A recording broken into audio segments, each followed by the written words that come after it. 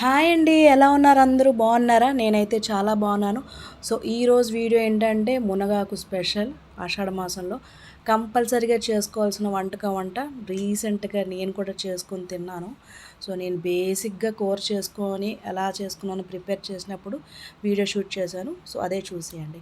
So, ఏం లేదండి, tea గ్లాస్‌తో కందిపప్పునైతే కడిగేసుకున్నాను. సో, దీన్ని బాగా కడిగేసుకున్న తర్వాత మా దగ్గరే చెట్టు ఉంది. సో, మునగ చెట్టు. సో, ఆకులైతే కట్ చేసుకొని ఫ్రెష్‌గా కడిగేసుకొని ఉంచుకున్నాను.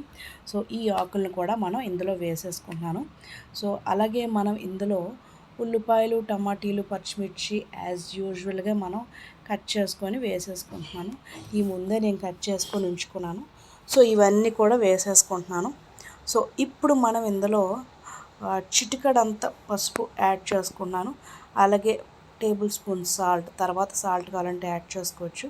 అలాగే ఒక టేబుల్ స్పూన్ కారం కూడా యాడ్ చేసుకున్నాను. వాటర్ అయితే తగినంత యాడ్ చేసుకోండి.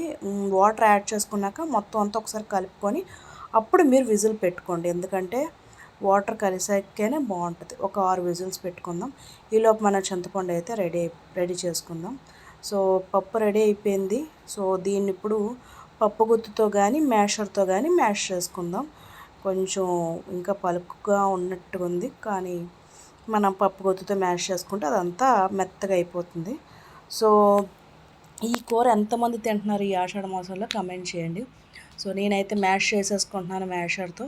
సో, ఈ చింతపండు జ్యూస్ని అయితే మనం ఇప్పుడు పొయ్యి మీద ఆ పప్పు పెట్టి ఆ జ్యూస్ని అయితే మనం చింతపండు జ్యూస్ మన పప్పులోకి అయితే యాడ్ చేసుకుందామండి. కంపల్సరీగా చింతపండు జ్యూస్ని అయితే యాడ్ చేసుకోవాలి, లేకపోతే కూర అంత బాగోదు, అస్సలు బాగోదు. చింతపండు జ్యూస్ వేసుకుంటేనే మీకు కూర అనేది టేస్ట్ చాలా బాగుంటుంది. నిమ్మకాయ సైజ్ అంతా చింతపండు జ్యూస్. సో, ఇప్పుడు దీన్ని ఒక మూత పెట్టి 5 మినిట్స్ హై ఫ్లేమ్లో పెట్టుకోవాలండి. సో, చూసారా పొంగు ఎలా వస్తుందో?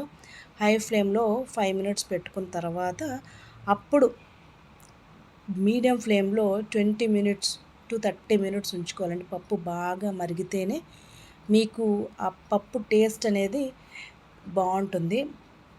ఈ మునగాకులో ఎన్నో బెనిఫిట్స్ ఉన్నాయండి. అన్నిటికన్నా ఎక్కువ ఇందులోనే ఉన్నాయంట. సో, నేను కూడా వారానికి ఒకసారి తినడం స్టార్ట్ చేస్తాను. సో, కొంచెం మనకి మరిగితే బాగుంటుంది.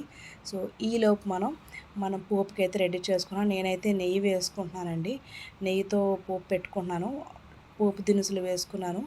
తర్వాత ఉల్లిపాయలు, వెల్లుల్లి వేస్తున్నాను.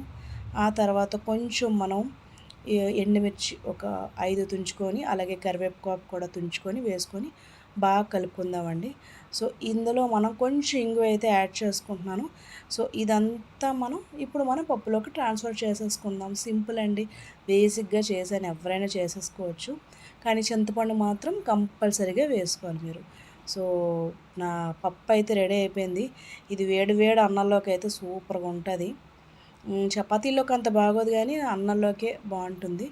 పక్కన ఏ స్టఫ్ లేకపోయినా తినేయచ్చు. అంటే పక్కన ఏం నంచుకు లేకపోయినా కూడా తినేయచ్చు. సో, నేనైతే నా మునగాకు పప్పుని ఈ ఆషాఢ మాసంలో తినేస్తున్నాను. మీరు ఎంతమంది తింటున్నారు? నా వీడియో మీకు నచ్చింది అనుకుంటున్నాను. నచ్చితే లైక్ చేయండి, షేర్ చేయండి అండ్ సబ్స్క్రైబ్ చేయడం మాత్రం అస్సలు మర్చిపోకండి. Thank you for watching. మళ్ళీ మరొక కొత్త వీడియోతో మేము ముందుకుంటాను. బాయ్.